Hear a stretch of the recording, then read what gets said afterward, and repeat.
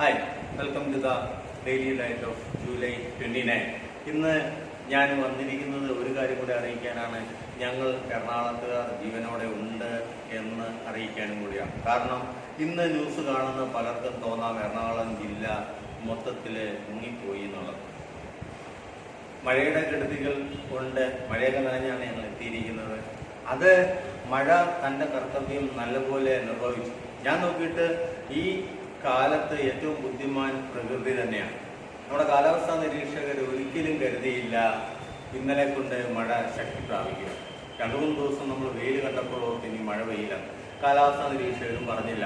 നമ്മുടെ രാജ്യത്തെ ഏറ്റവും മോശമായി പ്രവർത്തിക്കുന്ന ഒന്നാണ് ഈ കാലാവസ്ഥാ നിരീക്ഷകർ. പണ്ട് അവരെ കളിയാക്കുമായിരുന്നു. വീട്ടിൽ നമ്മുടെ മിമിക്രി പരിപാടികളിലൊക്കെ കണ്ടിട്ടുണ്ട്. കാലാവസ്ഥാ നിരീക്ഷകൻ്റെ ഓഫീസിന് മുമ്പിൽ തവളയെ കെട്ടിയിട്ടിട്ട് തവള കരയുന്നതനുസരിച്ച് മഴയുണ്ടെന്ന് പറയുന്ന രീതി. കാലം ഇത്രയും വളർന്നിട്ടും അതിന് മാറ്റമുണ്ടായിട്ടില്ല. പക്ഷേ ഇന്ന് അവർ ഇറങ്ങിയിട്ടുണ്ട്. 2 ദിവസം മഴ തകർത്ത് പെയ്തപ്പോൾ ഇന്ന് കാലാവസ്ഥാ നിരീക്ഷകർ പറഞ്ഞിട്ടുണ്ട് ഓറഞ്ച്, റെഡ്, യെല്ലോ അലർട്ടുകളെല്ലാം പ്രഖ്യാപിച്ചു. നാളെ 2 ദിവസം കൂടെ മഴ ഉണ്ടാവുമെന്ന്.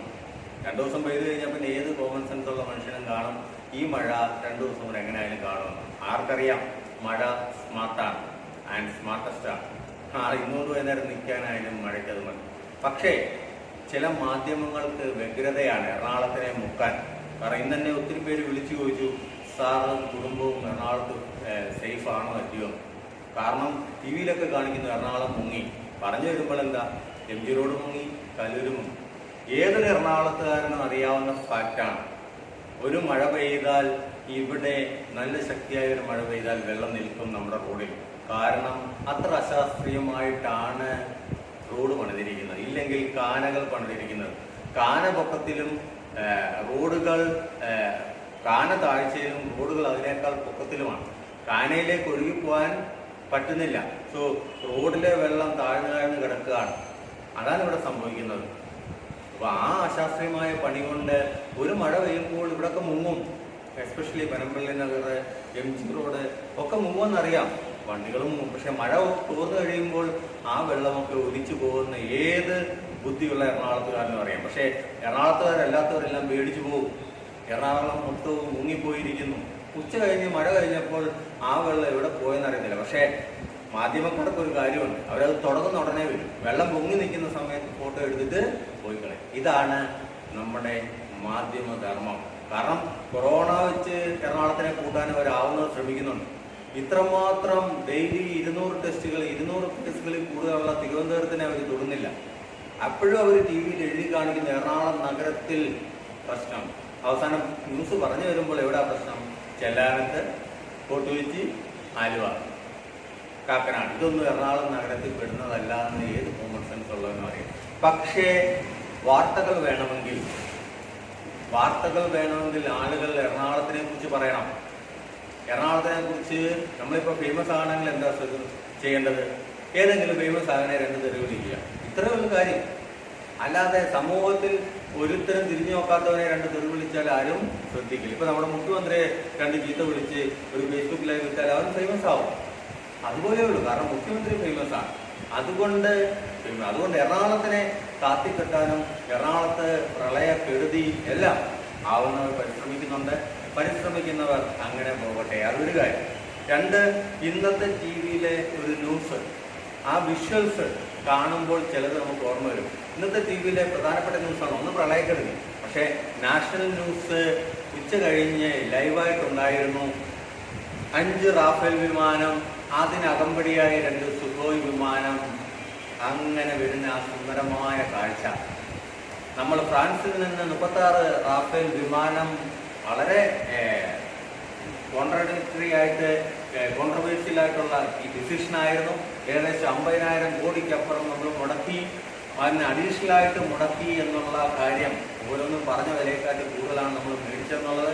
അഴിമതി കഥകൾ വേറെ. എന്നിരുന്നാലും റാഫേൽ ആളൊരു ബിരുദൻ തന്നെ. അങ്ങനെ ആ 36 എണ്ണത്തിൽ ഒരെണ്ണം ആദ്യമേ കൈമാറി. ഇന്ന് 5 എണ്ണത്തിൻ്റെ ഫസ്റ്റ് നമ്മുടെ ഇന്ത്യൻ വ്യോമാതിർത്തി കഴിഞ്ഞ് വരുന്നതും 2 സുഖോയ് വിമാനങ്ങൾ അകമ്പടിയായിട്ട് അതിനെ വരുന്നത്. അംബാല ഹരിയാനയിലേക്കാണ് ഫസ്റ്റ് പോകുന്നത്.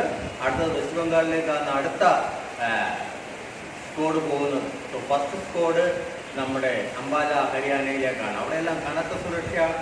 ആ റഫേൽ വിമാനത്തിന് ഒത്തിരി പ്രത്യേകതകൾ.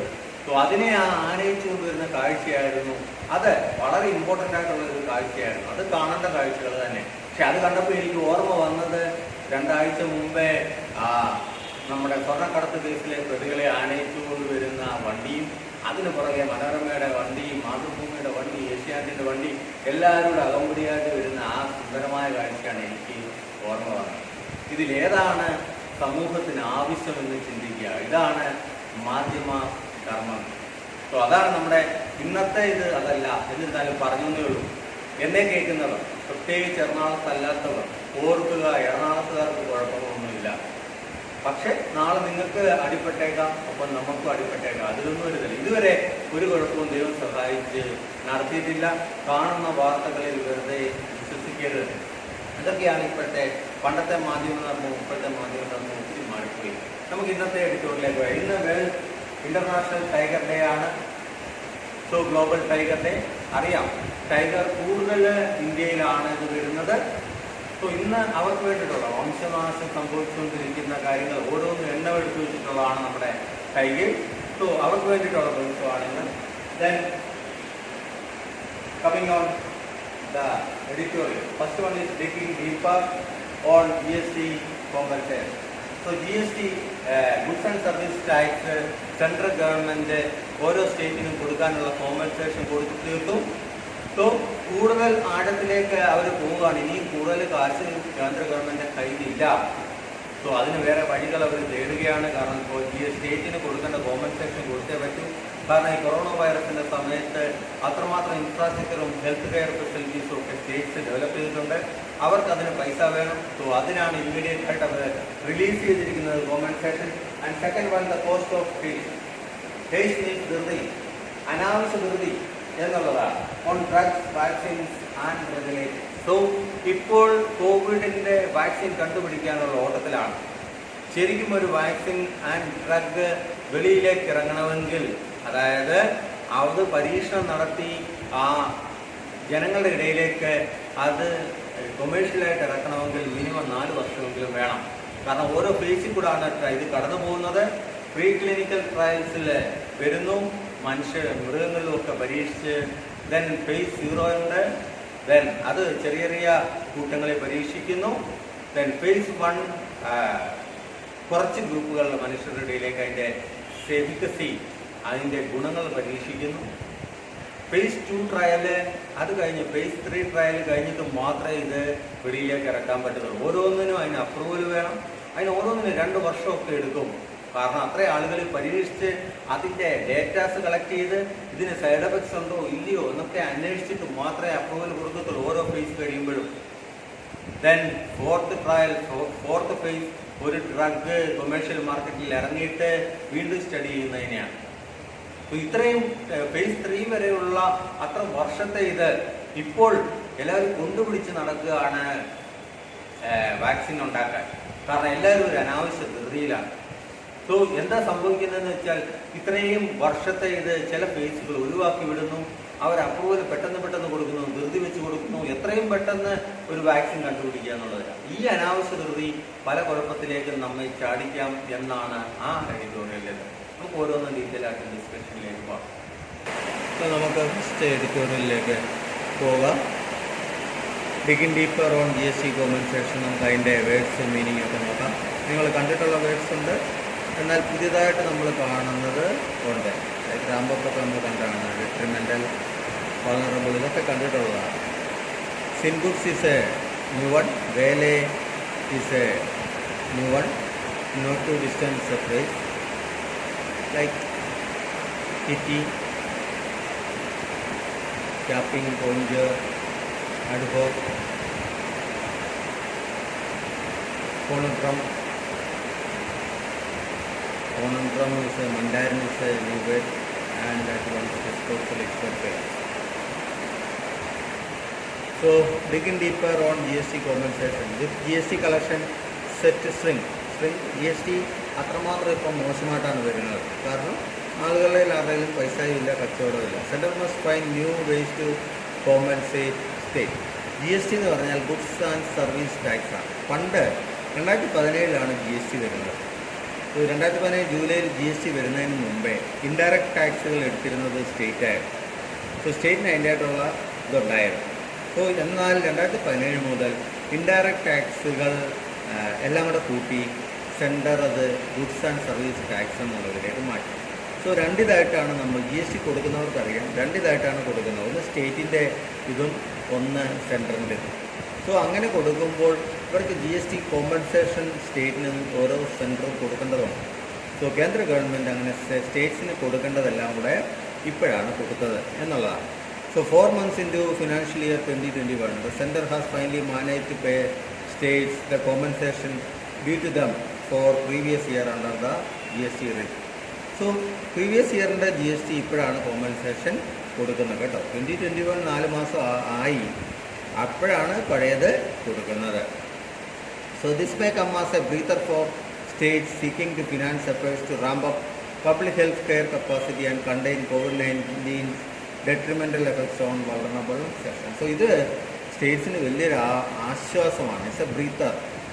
എന്താണ് അവരിപ്പോഴാണ് ramp up means increasing public health care capacity. കാരണം കോവിഡ് എണ്ണം കൂടി വരുന്നതോടും അതിനെ കണ്ടെയ്ൻ ചെയ്യാനുള്ള ഡെട്രിമെൻ്റൽ എഫക്ട്സ്, കോവിഡിൻ്റെ മോശമായ ഹാംഫുൾ എഫക്ട്സ് കണ്ടെയ്ൻ ചെയ്യുമ്പോഴും അതിനൊക്കെ പൈസ വേണം. അത് ഇപ്പോൾ കിട്ടിയത് ചെറിയ എമൗണ്ട് അല്ല, അത് സ്റ്റേറ്റ്സിന് നല്ലൊരു ആശ്വാസമാണ്. The last instalment of 13,806 crore for March 20 was paid out recently, taking the total payments for the year to 1,65,302 crore. മൊത്തത്തിൽ ലാസ്റ്റ് ഇൻസ്റ്റാൾമെൻറ്റ് അത് മാർച്ച് 2020 13,806 കോടിയാണ്.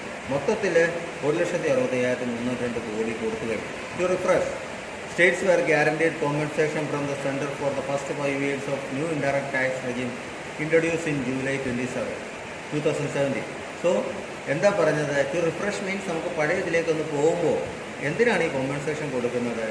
അതായത് നേരത്തെ സ്റ്റേറ്റായിരുന്നു എടുത്തുകൊണ്ടിരുന്നത്. പുതിയ ഡയറക്റ്റ് ടാക്സ്, ഇൻഡയറക്റ്റ് ടാക്സ് കേന്ദ്ര ഗവൺമെൻറ് ഇത് ചെയ്തപ്പോൾ ഇവർക്ക് ഇതിൽ നിന്നുണ്ടാകുന്ന നഷ്ടം കേന്ദ്ര ഗവൺമെൻറ് 5 വർഷത്തേക്ക് കൊടുത്തോളാമെന്ന് പറഞ്ഞിട്ടുള്ളത്.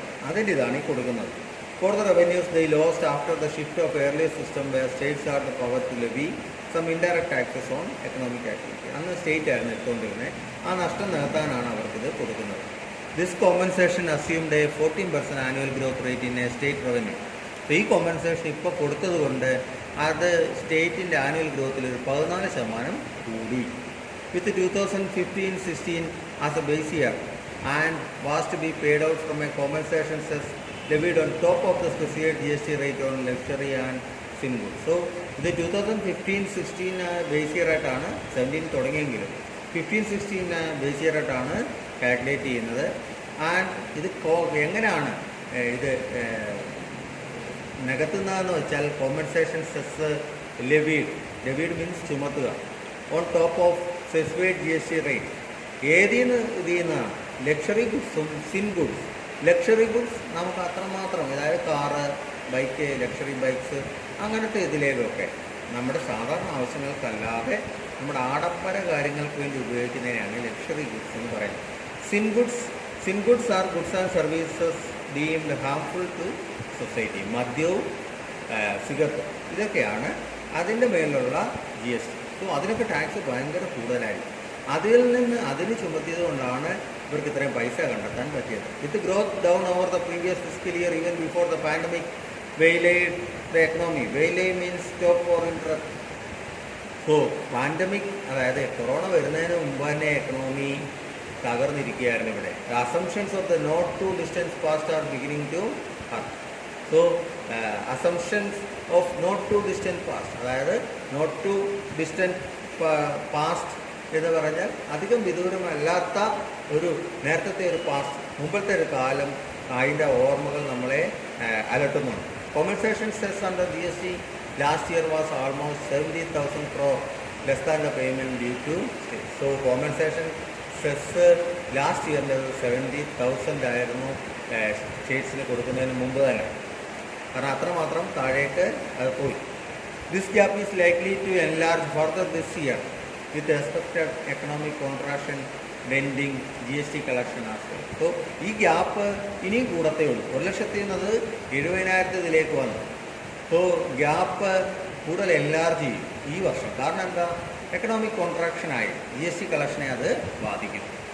എക്കണോമിക് കോൺട്രാക്ഷൻ ഒന്നാമതേ ക്ഷീണിച്ച് നിന്ന ഒരു എക്കണോമി, സ്വതവേ ദുർബല, പിന്നെ ഗർഭിണിയായിരുന്ന അവസ്ഥയാണ് കൊറോണയും കൂടെ കയറി വന്ന അവസ്ഥ. സോ മൊത്തത്തിൽ ഇന്ത്യൻ എക്കണോമി തകർന്നിരിക്കുകയാണ്. സോ GST അതുമാത്രം താഴേക്ക് പോയാണ്.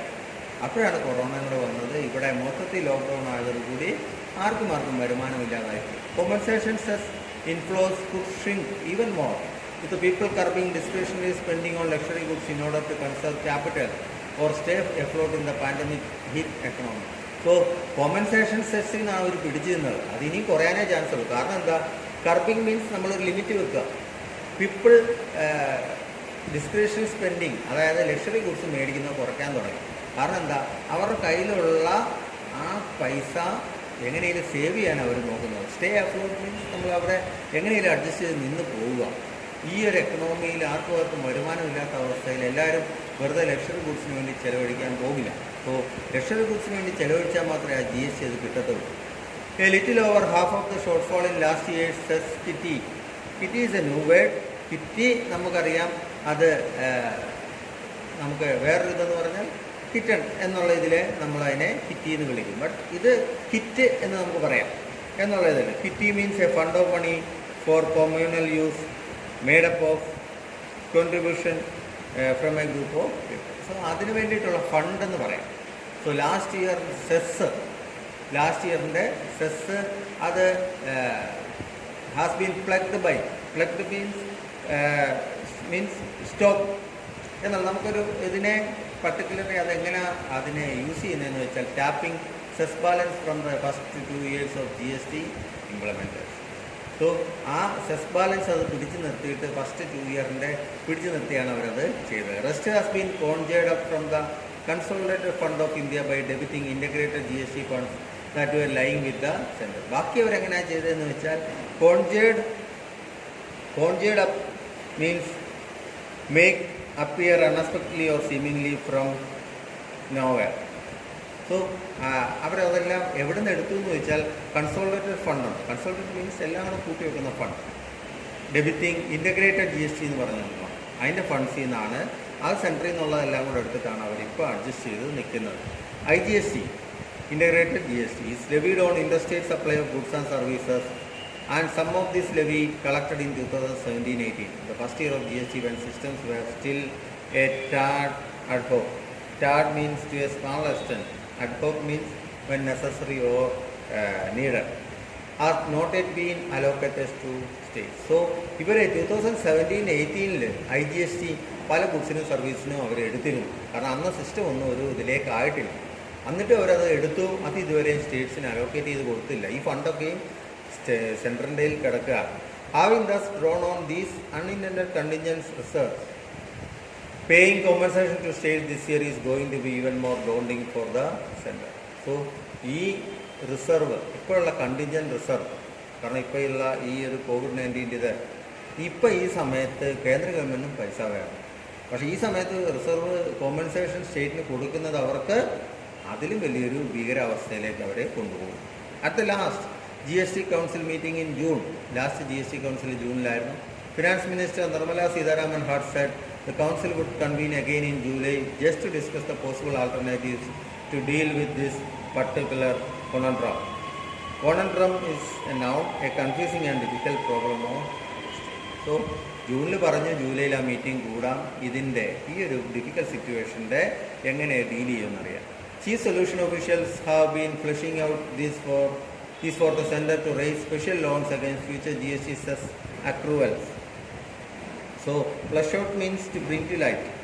Accruals means accumulation or increase of something over time. So in order to help meet its compensation promise to states, chief solution officials എന്താ പറഞ്ഞതെന്ന് വെച്ചാൽ സ്പെഷ്യൽ ലോൺസ് GST സെസ് അക്രൂവൽസിന് വേണ്ടിയിട്ട് നമുക്ക് പാസ്സാക്കാൻ പറ്റും. എന്നാൽ മാത്രമേ അവർക്ക് സ്റ്റേറ്റ്സിന് ഈ കോമ്പൻസേഷൻ കൊടുക്കാൻ പറ്റത്തുള്ളൂ. There is no sign of that meeting being scheduled. ഇതുവരെ പറഞ്ഞല്ലാതെ മീറ്റിംഗ് ഇതുവരെയും ഷെഡ്യൂൾ ജൂലൈ അവസാനിക്കാൻ പോകുന്നു, ഇതുവരെ നടന്നിട്ടില്ല. That the pandemic's economic havoc means widespread destruction. Thrown up multiple challenges for North Block Mandarins is understandable.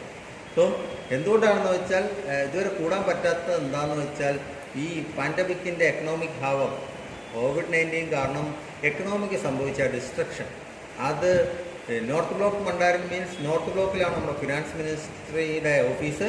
മണ്ടാരിൻസ് means that officials. അവർക്ക് ഇപ്പോൾ അതുകൊണ്ട് വളരെയേറെ പണികളാണ് ഉള്ളത്. ഇത് മാത്രമല്ല അവരുടെ മുമ്പിലുള്ള. But with a third of the physical year almost over, it would help the center on the stage to battle the virus more effectively if they had more certainty and clarity on the cash at their disposal. So third of the fiscal year almost over എന്ന് പറഞ്ഞാൽ ഈ financial ഇയറിൻ്റെ 1/3 already നീങ്ങി. 1/3 എന്ന് പറഞ്ഞാൽ 4 മാസം already കഴിഞ്ഞു. ഇനിയും എത്ര ഓരോരുത്തരുടെയും കയ്യിലുള്ള ക്യാഷിന് എത്ര ക്ലാരിറ്റിയും സെർട്ടൻറ്റിയും ഉണ്ടെന്ന് അറിഞ്ഞാൽ മാത്രമേ ഈ വൈറസിനെ നല്ലപോലെ ഡിസ്പോസ് ചെയ്യാൻ പറ്റത്തുള്ളൂ. To battle the virus effectively. എന്നാൽ മാത്രമേ ഈ വൈറസിനെതിരെയുള്ള യുദ്ധം ഫലപ്രദമാകത്തുള്ളതാണ്. ഇല്ല, ക്ലാരിറ്റി ഇല്ലെങ്കിൽ ഇതൊന്നും നടക്കില്ല എന്നാണ് പറയുന്നത്. നമുക്ക് സെക്കൻഡ് ഇതിലേക്ക് പോകാം. സോ സെക്കൻഡ് ഇതിലേക്ക് പോകാം. Cost of haste. Haste means excessive speed of urgency, ഒരു ധൃതി. So these are the words. Sign off phrasal verb, conclude an activity. Harried means feeling strained as a result of having demands persistently made on harass. So these are the new words കൊണ്ട് നമുക്ക് കാണാം. എന്നാൽ mostly നമുക്ക് കണ്ടിട്ടുള്ള വേർഡ്സും like phrase ഉണ്ട്, idioms ഉണ്ട്.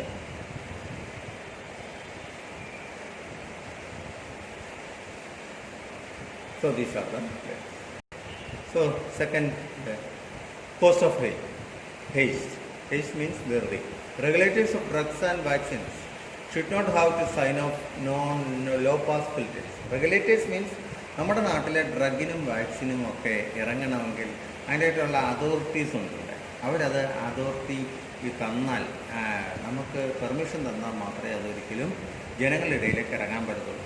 പക്ഷേ അവർ ഇപ്പോൾ കാണുന്നത് എന്താണെന്ന് വെച്ചാൽ they have sign offing means അത് കൺക്ലൂഡ് ചെയ്തു on low pass filters. Low pass filters means അതൊരു ഇൻസ്ട്രുമെൻ്റാണ്. ചെറിയ ഫ്രീക്വൻസി വരെ അതിൽ കൂടെ കടന്നു പോകും. കാരണം ഇത്രയും നാളും അവർ നല്ല ടൈറ്റായിട്ടുള്ള സ്ട്രിഞ്ചൻ മെഷേഴ്സ് ആയിരുന്നു എടുത്തുകൊണ്ടിരുന്നത്. പക്ഷേ ഇപ്പോൾ അത്രയും ഒരു ഇത് കാണുന്നില്ലെന്നാണ് പറഞ്ഞത്. എത്രയും പെട്ടെന്ന് ഒരു വാക്സിൻ ഉണ്ടാക്കാൻ വേണ്ടിയിട്ട് നിയമങ്ങളിലെല്ലാം അവർ വിട്ടുവീഴ്ച ചെയ്യുന്നു. So far reaching are the effects of COVID-19 that it has harried regulatory authorities. Usually the most risk awaits within the bureaucracy. So far reaching ഇപ്പോൾ കാണുന്നത് എന്താണെന്ന് വെച്ചാൽ effects of COVID-19 that is harried regulatory authorities. Harried means feeling strained. Regulatory authoritiesന് ഭയങ്കര pressure വന്നുകൊണ്ടിരിക്കുകയാണ്. വിത്ത് ബ്യൂറോക്രസിന്ന് തന്നെ വന്നുകൊണ്ടിരിക്കുകയാണ്. Do no harm is the driving principle of drug regulation, and this is reflected in the thicket of documents and permission that stand before the average novel drug or vaccine for a chance at making it to the market. Do no harm means the driving principle. അതായത് ഒരു ഹാമും ആർക്കും ഉണ്ടാക്കരുതെന്നാണ് ഒരു drug റെഗുലേഷൻ്റെ മുമ്പിലുള്ള principle. എന്ന് മാത്രമേ അതാണ് ഒരു permission കൊടുക്കുമ്പോൾ അവരെപ്പോഴും ഓർക്കുന്നത്. സൈഡ് എഫക്ട്സ് ഉണ്ടാകാൻ പാടില്ല, ഇല്ലെങ്കിൽ മിനിമം ആയിരിക്കണം ആ ഡ്രഗിനെ. ഈ ഡ്രഗ് കൊണ്ട് ആർക്കും ഒരു ഉപദ്രവം ഉണ്ടാകരുത് എന്നാണ് ഒരു ഡ്രഗിന് പെർമിഷൻ കൊടുക്കുമ്പോൾ അവർ നോക്കുന്നത്. However, SARS-CoV-2, while mostly non-lethal, kills across demography, age groups to confirm sophisticated care system. എന്നാൽ ഇതല്ല COVID-2ൻ്റെ SARS-CoV-2 അത്ര നോൺ ലീതലായിരുന്നു. Lethal means making it harmful, നമുക്ക് ഭയങ്കരമായിട്ടുള്ള ദ്രോഹം വരുത്തുന്നത്. Kills across demography and age group. Demography എന്ന് പറഞ്ഞാൽ study of statistics such as birth, death, income or incidence of disease which illustrate the changing structure of human population.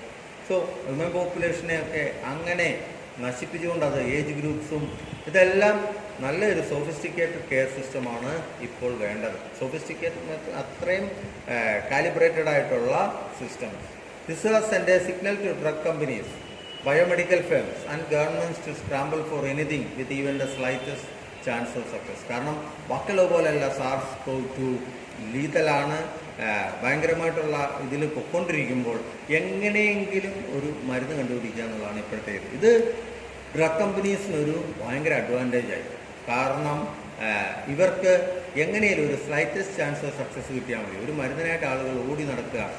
It is in this context that regulators use to long timelines of testing new vaccines or drugs are now under pressure to facilitate a solution rather than stick to weighing and relying on evidence of efficacy and safety.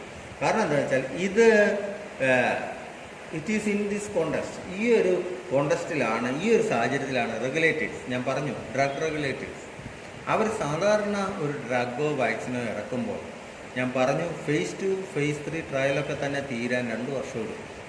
ഇത് test ചെയ്ത് ഇവരുടെ എഫിക്കസിയും ഒക്കെ test ചെയ്തിട്ട് മാത്രമേ ഒരു ഡ്രഗിൻ്റേത് efficacy എന്ന് പറയും. അതായത് ആ ഡ്രഗ് ആക്ട് ചെയ്യാനുള്ള സമയവും അതിന് ഡിസൈഡ് എഫക്റ്റ് കിട്ടാനുള്ള സമയം.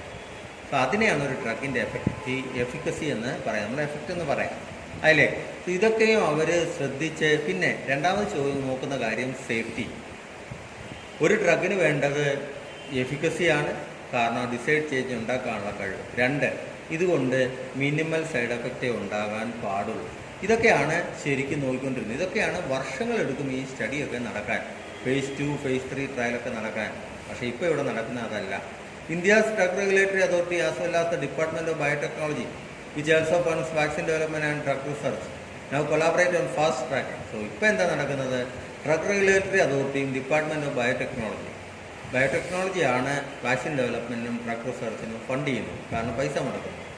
നൗ കൊളാബറേറ്റ്, അവരിപ്പോൾ രണ്ടുപേരോട് ചേർന്ന് എന്താണ് ചെയ്യുന്നത്? Fast tracking means making process very fast. അതായത് 2 വർഷമൊന്നും വേണ്ട, ഓരോ ട്രയലിനും എക്സ്ക്യൂസ് കൊടുത്തിരിക്കുക. For instance, if an Indian company has partnered with a foreign one in developing a vaccine, then any trials already conducted by the foreign unit will be considered in allowing Indian companies to avoid repeating them in India. ഒരു example പറഞ്ഞാൽ, Indian company foreign കമ്പനിയായിട്ട് ഒരു vaccine develop ചെയ്യാൻ partner ചെയ്താൽ, അവർ തമ്മിൽ ചേർന്ന് പ്രവർത്തിക്കുകയാണെങ്കിൽ already foreign company അവിടെ ചെയ്ത ട്രയൽസ് പിന്നെയും ശരിക്കും ഇവിടെ ചെയ്യണമെന്ന് തന്നെയാണ്. പക്ഷേ ഇപ്പോൾ അത് എക്സ്ക്യൂസ് ചെയ്ത് കൊടുത്ത് മാറ്റിയിരിക്കുകയാണ്, കാരണം അത്രയും സമയം ലാഭിക്കാൻ വേണ്ടിയിട്ട്. ഓൾറെഡി അവരൊരു സ്റ്റഡി അവിടെ നടത്തിയിട്ടുണ്ട്. പക്ഷേ എപ്പോഴും ഓർക്കുക, നമ്മുടെ ഇന്ത്യൻ ജനതയുടെ മേൽ പ്രവർത്തിക്കുന്ന മരുന്ന് അത്ര എഫിക്കസി കാണത്തില്ല വേറൊരു ജനതയുടെ മേളിലേക്ക് ചെല്ലുമ്പോൾ. ഫോറിൻ കൺട്രീസിൽ വേറൊരു മെഡിസിനാണ്, ഇവിടെ വരുമ്പോൾ ആ മെഡിസിൻ അത്ര എഫിക്കസി കാണണമെന്ന് ഒരിക്കലുമില്ല. കാരണം അതുകൊണ്ടാണ് എപ്പോഴും സ്റ്റഡി നടത്തുമ്പോൾ ഇന്ത്യൻ ഡ്രഗ്സ് ഇന്ത്യൻ പേഷ്യൻസിൻ്റെയും നടത്തിയിട്ട് മാത്രമേ ചെയ്യത്തുള്ളൂ. Four drugs those that have been proven to be safe for treating one disease may skip a fresh large human trial or a phase 3 trial. So drugs those that have been proven to be safe for treating one disease. So അത് ഞാൻ പറഞ്ഞു, ഒരു phase 3 ട്രയലിൽ ഇല്ലെങ്കിൽ phase 3 ട്രയലാണ് large human trial, അതായത് 3000-4000 പേരൊക്കെ എടുത്ത് trial ചെയ്യുന്നതിനെയാണ് phase 3 trial. അത് ഒന്ന് പ്രൂവൻ ചെയ്തിട്ടുണ്ടെങ്കിൽ സേഫാണെന്ന് phase 2 പ്രൂവൻ ചെയ്ത കാരണത്തിന് phase 3 വേണ്ട എന്നാണ് ഇപ്പം പറയുന്നത്. പക്ഷേ അതൊക്കെയാണ് ഇമ്പോർട്ടൻ്റ് ആണ്. phase 3 ട്രയലാണ് ഏറ്റവും ഇമ്പോർട്ടൻ്റ് ആയിട്ടുള്ള ട്രയൽ.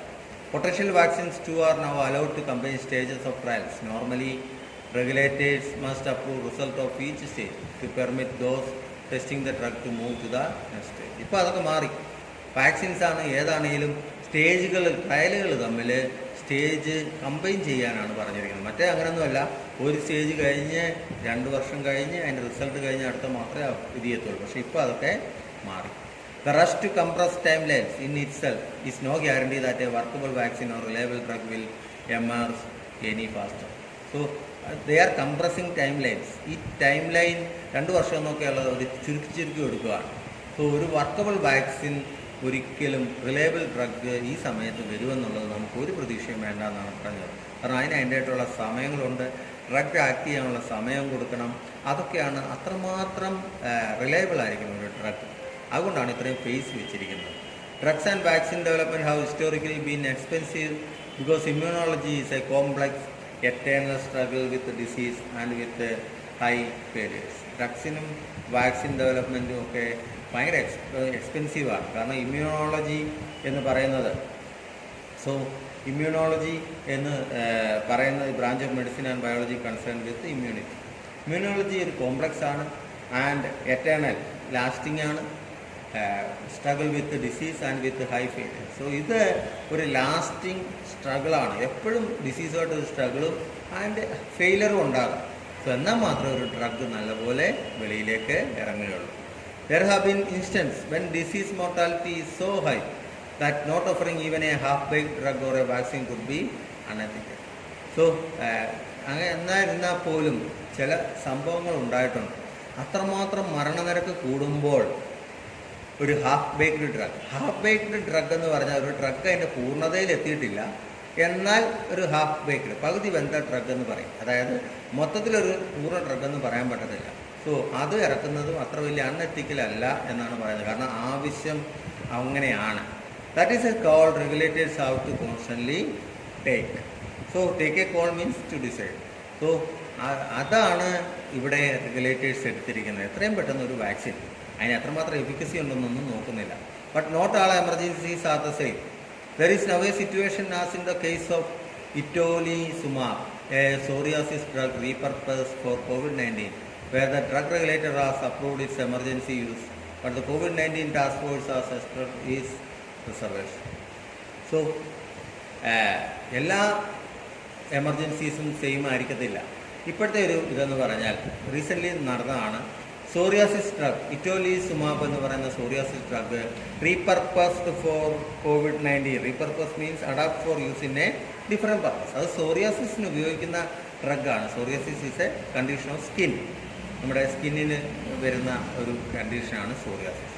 സോ ആ ഡ്രഗ് COVID-19 ഫലപ്രദമാണെന്ന് കണ്ടു. സോ ഡ്രഗ് റെഗുലേറ്റേഴ്സ് അതിന് അപ്രൂവൽ കൊടുത്തു, like FDA and all. But in emergency യൂസിൽ അത് അപ്രൂവൽ കൊടുത്തു. പക്ഷേ എന്താ, COVID-19 ടാസ്ക് ഫോഴ്സ് ഉണ്ട് നമ്മുടെ ICMR, അവർ express reservation about something means a feeling of doubt because we do not agree completely with a plan or idea. അവർ പക്ഷേ അതങ്ങോട്ട് സമ്മതിക്കുന്നില്ല എന്നുള്ളതാണ് പറഞ്ഞത്. ഇതാണ് ഈ കുഴപ്പം. മനസ്സിലായി? ഒരാൾ സമ്മതിക്കുന്ന അടുത്ത ആളുകൾ സമ്മതിക്കത്തില്ല. Such dissonance means lack of agreement among experts is unacceptable, especially when they all have access to the same evidence. ഈ ഒരു സ്വരച്ചേർച്ചയില്ലായ്മ ഒരിക്കലും നമുക്ക് അക്സെപ്റ്റ് ചെയ്യാൻ പറ്റില്ല. കാരണം എല്ലാവർക്കും same access to the same evidence, തെളിവ് എല്ലാവർക്കും സെയിം ആണ് കൊടുക്കുന്നത്. There is a tendency to view COVID-19 vaccine development or a new drug as a race in which only the first vaccine to be out matters. So ഇതൊരു റേസായിട്ടാണ് എല്ലാവരും കരുതുന്നത്. കാരണം ഇതിൽ ആദ്യം ഇറക്കുന്നു, ഒത്തിരി കമ്പനികൾ ഇതിൻ്റെ പുറകെ ഉണ്ട്. കഴിഞ്ഞ ആഴ്ച നമ്മൾ കണ്ടു, ഓക്സ്ഫോർഡ് സർവകലാശാല ട്രയൽ കഴിഞ്ഞു എന്നുള്ളതും കണ്ടു, സക്സസ് ആയിരുന്നു എന്ന് കണ്ടു. ട്രയൽ 2 ഒക്കെ ആയി വരുന്നതേ ഉള്ളൂ. സോ ആരാണ് ആദ്യം ഇറക്കുന്നതെന്നുള്ളതാണ് ഇവിടുത്തെ കാര്യം. Historically vaccines even those targeting the same disease only get better over time. So എന്താണെന്ന് വെച്ചാൽ ഹിസ്റ്റോറിക്കലി കാണുന്നത് വാക്സിൻ സെയിം ഡിസീസ് ടാർഗറ്റ് ചെയ്യുന്ന വാക്സിൻസ് തന്നെ get better over time means അവർ പതുക്കെയാണ്, കാലം കൂടുന്തോറുമാണ് ഗ്രാജ്വലി അത് ബെറ്റർ ആവുമെന്നാണ് പറയുന്നത്. അല്ല ഒറ്റൊരു സമയം ഫസ്റ്റ് ഇറക്കുന്ന വാക്സിൻ അല്ല നല്ലത്, പുറകെ അത് അവർ കൂടുതൽ സ്റ്റഡി ചെയ്ത് ഇറക്കും. Will COVID-19 continuously linger as an endemic disease or will it mutate into oblivion? So ഒന്നുകിൽ രണ്ട് ചാൻസ് ആണുള്ളത്. COVID-19 continuously linger means be slow to disappear as an endemic. ഇതൊരു എൻഡമിക് ആയിട്ട് നിലകൊള്ളും. ഇല്ലെങ്കിൽ will it mutate into oblivion? So oblivion is a state of being forgotten, especially by the. ഇല്ലെങ്കിൽ ഇത് കാലത്തിൻ്റെ യവനികളിലേക്കുള്ളിലേക്ക് മറഞ്ഞു പോകും, ആളുകൾ ഇതിനെ മറന്നു പോകും. If it is a former, scientists can continue to work on better drugs or improved vaccines. So ഇത് ഫോർമറാണ്, അതായത് എൻഡമിക് ഡിസീസായിട്ട് നിലകൊള്ളുകയാണെങ്കിൽ സയൻറ്റിസ്റ്റ് പിന്നെയും ഇതിന് മുമ്പിൽ വർക്ക് ചെയ്യേണ്ടി വരും. ആൻഡ് ബെറ്റർ ഡ്രഗ്സ്, ഇംപ്രൂവ്ഡ് വാക്സിനൊക്കെ ഇറക്കും. ഒരു കാലത്ത് പോളിയോ എന്ന് പറയുന്നത് അത്രമാത്രം ഇന്ത്യ കണ്ട ഏറ്റവും വലിയൊരു അസുഖത്തിലേക്ക് വന്നിരുന്നു. പോളിയോ ബാധിച്ച് ഒത്തിരി കുട്ടികൾ അന്ന് അംഗവൈകല്യമുള്ളവരായിപ്പോയി. പക്ഷേ ഇന്നോ പോളിയോ ഫ്രീ രാജ്യമായി ഇന്ത്യ മാറി. എല്ലാ വർഷവും നമ്മൾ പോളിയോ വാക്സിൻ കൊടുക്കും. സോ അതുപോലെ തന്നെയുള്ളൂ, ഒരു കാലത്ത് കഴിയുമ്പോൾ COVID-19 വാക്സിൻ വരും. കുട്ടികൾക്ക്, ജന്മനാ ഉള്ള കുട്ടികൾക്ക് ജനിക്കുമ്പോൾ തന്നെയുള്ള വാക്സിനായിട്ടും ഇല്ലെങ്കിൽ വർഷം കൊടുക്കുന്ന വാക്സിനായിട്ട് മാറും. കാരണം സയൻറ്റിസ്റ്റ് അതുപോലെ അതിനുവേണ്ടി വർക്ക് ചെയ്യും. Haste does not aid science. ഒരിക്കലും ധൃതി പിടിച്ചാൽ അത് സയൻസിനെ, ശാസ്ത്രത്തിന് അത് സഹായകരമായിരിക്കില്ല എന്നാണ് പറയുന്നത്. സോ ധൃതി പിടിച്ച് നമ്മളൊരു കാര്യം ചെയ്താൽ അതിൻ്റെ എഫിക്കസി കുറഞ്ഞു പോവുകയും, നമ്മളൊരു കാര്യം ചെയ്യുമ്പോഴും അതുപോലെയാണ്. ധൃതി പിടിച്ച് ചെയ്യുന്നതൊന്നും ശുഭകരമാകത്തില്ല. അതുപോലെയാണ് എല്ലാ കാര്യങ്ങളും. ഇതാണ് ഇന്നത്തെ എഡിറ്റോറിയലിലെല്ലാം ഇച്ചിരി ലെങ്തിയാണ്, ശരിക്കും ശ്രദ്ധിക്കുക. ദെൻ ഇതൊരു ഇതായിട്ട് മാറ്റി. അങ്ങനെ നമ്മുടെ ഇന്നത്തെ എഡിറ്റോറിയൽ 2 ലെങ്തി എഡിറ്റോറിയൽസ് ആണ്. ബട്ട് ദേ ആർ അത്രമാത്രം ഇമ്പോർട്ടൻ്റ് ഉള്ള 2 എഡിറ്റോറിയൽസ് ആണ് നമ്മളിന്ന് കണ്ടത്. 2 ശ്രദ്ധിച്ച് കേൾക്കുക. ഈ മഴക്കാലത്ത്, മുന്നോട്ടുള്ള കാലം എങ്ങനെയാണെന്ന് അറിയില്ല. കോവിഡിൻ്റെ കൂടെ മറ്റേ ഇടുക്കിയുടെ കൂടെ അങ്ങനെ നമ്മൾ പറയുന്നത് പോലെ ഒന്ന് വരുമ്പോൾ അടുത്തതും കൂടെ വരുന്നതെന്ന് പറഞ്ഞ പോലെ മഴയും കൂടെ എത്തിയിരിക്കുന്നു. സോ ഈ സമയത്ത് നമുക്ക് കൂടുതൽ ജാഗ്രതയോടുകൂടി ഇരിക്കാം. മഴക്കാലത്ത് അത് കൂടുതൽ പ്രളയത്തിലേക്ക് പോകാതെ ദൈവം നമ്മളെ കാക്കട്ടെ എന്ന് നമുക്ക് പ്രാർത്ഥിക്കാം. ഒരു ആൾക്കാർ മാത്രമേ നമ്മൾ രക്ഷപ്പെടരുതെന്ന് പ്രാർത്ഥിക്കാറുള്ളൂ. അത് മാധ്യമക്കാരല്ലാതെ വേറെ ആരും. അല്ലാത്തവരെല്ലാം ഈശ്വരനോട് ഞങ്ങളെ രക്ഷിക്കണമെന്ന് പ്രാർത്ഥിക്കുന്നു. സോ അതുകൊണ്ട് പ്രാർത്ഥിക്കുക, നല്ലപോലെ വർക്ക് ചെയ്യുക, അവിടെയും നമ്മുടെ കടമകൾ നമ്മൾ നിർവഹിക്കുക. അപ്പോൾ അടുത്തൊരു പന്തിയുമായി വരുന്നത്